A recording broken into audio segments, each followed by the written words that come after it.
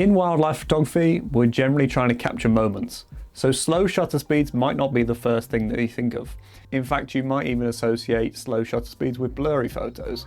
But used correctly, they can achieve some wonderful effects to help add a sense of motion to your photos, or even to enhance portraits.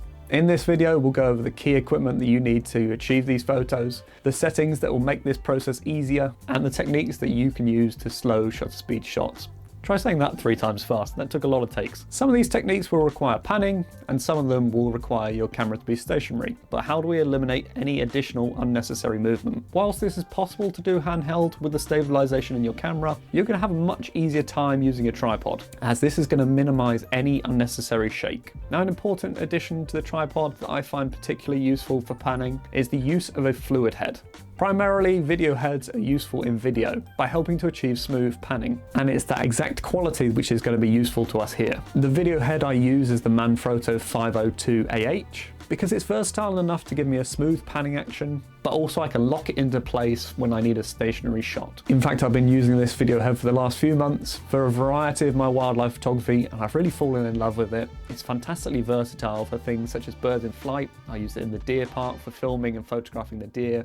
Genuinely highly recommended. It's very much changed my thoughts on tripods altogether. Now, the lens that I've been using for this is the Sigma 150-600. The benefits of using a zoom lens in this sort of style of shooting is twofold. Firstly, having a zoom allows me to change my composition very easily. As such, it's more versatile than an equivalent prime. The second reason I love this lens is it almost acts like a difficulty slider. Out wide is very easy and it allows for a lot of room for error, whereas when I zoom in very tight, there's not a lot of room for error. So I would only go really tight into compositions once I've banked my shot at the wider focal length. Now there's one final piece of the puzzle, and that is this. This is an ND filter.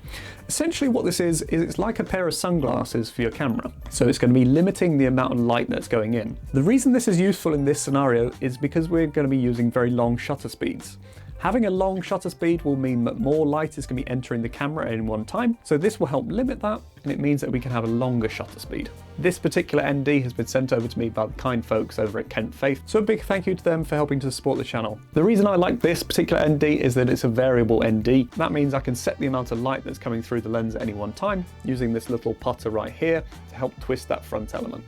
There's also clear marks across the lens that show how many stops of light are being cut out by the lens. This particular filter will cut out between 1 stop and 9 stops. Now, one thing to be aware of when purchasing a variable ND filter is that on some of the ND filters, you'll often get the presence of a black X across them. This is generally found among the cheaper ND filters, and not something I've had an issue with on these filters from K&F, both with the ND that I've been using for wildlife, but also the ones I've been using for weddings for the last year. If you are interested in picking up one of these filters, Kent Faith have also been very generous in providing a discount code, which is going to be down in the description down below.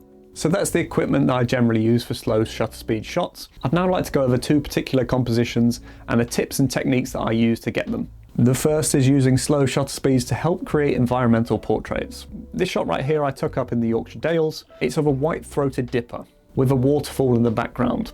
The first thing to talk about within this photo is my relative position to the dipper and the fast-moving water. By shooting upstream, you're able to capture the motion of the water as it comes over the rocks or over the cliff, and you get that white, crisp look rather than the glassy effect if you were to shoot downstream. This glassy effect is still nice and something you can try, but I definitely prefer the white crushing nature of the big waterfalls. Now, we'd previously scouted this waterfall before and knew that the dippers landed on particular rock, but if you had just come to a new location, what you can often do is look for bird poop, because this is going to show where the bird spends most of its time. The next 2 things I wanted to do whilst I had time waiting for the bird was framing my composition, which I could do quite easily using my zoom lens to be able to zoom in or out based on how big I wanted the waterfall relative in the frame and how big I wanted the bird. And the more important part was setting my shutter speed. Different shutter speeds will provide different levels of blur to the water around our subject. For example, if we look at the same waterfall at 1/60th of a second versus 1/6th of a second, you'll see the difference in how the water looks. It's a lot smoother looking in the 1/6th of a second shot. The other thing to note is how fast the water is moving is going to affect how big a change we see when we drop down our shutter speed. If we look at 2 shots of a similar shutter speed of 1/20th of a second versus 1/15th of a second at a waterfall and at a rapid, you'll see the vast difference between the 2 shots. But the other thing to note is the longer we leave our shutter speed, the more likely we are to get motion of the bird. I spoke out in a previous video about trying to shoot at rest periods when you're using long shutter speed, and this advice still holds true. However, when we're using very long rest periods, even if the subject is not moving, you're eventually going to get motion from breathing. So you can push your shutter speed, but always be aware it's never going to be as sharp as you think, just because the subject is probably going to have to breathe at some point. So test out lots of different shutter speeds, see what the look of the waterfall is when you do that, and then you're going to be well set for when you do see your subject. The final tip here, and hopefully it's quite obvious, is to use a very high frame rate. Even though you're shooting at slow shutter speeds, you'll still be able to take multiple shots per second, and this increases your likelihood of being able to capture one of those rest periods. The second composition that I find rather amusing is the panning shot. This is often something I generally associate with motorsport and getting those fast cars as they race around the track. However, I had the stupid idea that I wanted to do the same shot with squirrels. Now we're going to use the techniques that we talked about before, but we're actually going to build on them because we're adding an additional couple of elements in the form of motion from our camera and motion from the subject. My biggest tip that I have for this is to try and get predictable actions. So the setup that there was in the wood is a log that was lying on the floor. This would mean that the squirrel would have to run along the log and run back in a very predictable pattern. Obviously it's hard to predict the speed that it's going to be going at, but at least we're going to be able to find the path that it's going to take. Now the other great thing about having fixed motion is that I can tell how far the subject is always going to be away from my camera. This means that I'm not going to use autofocus, and instead I was using manual focus. So I manually focused on the log and used a deeper depth of field than I usually would, so I actually used f10. So by using our panning head, we're able to track the motion of the animal.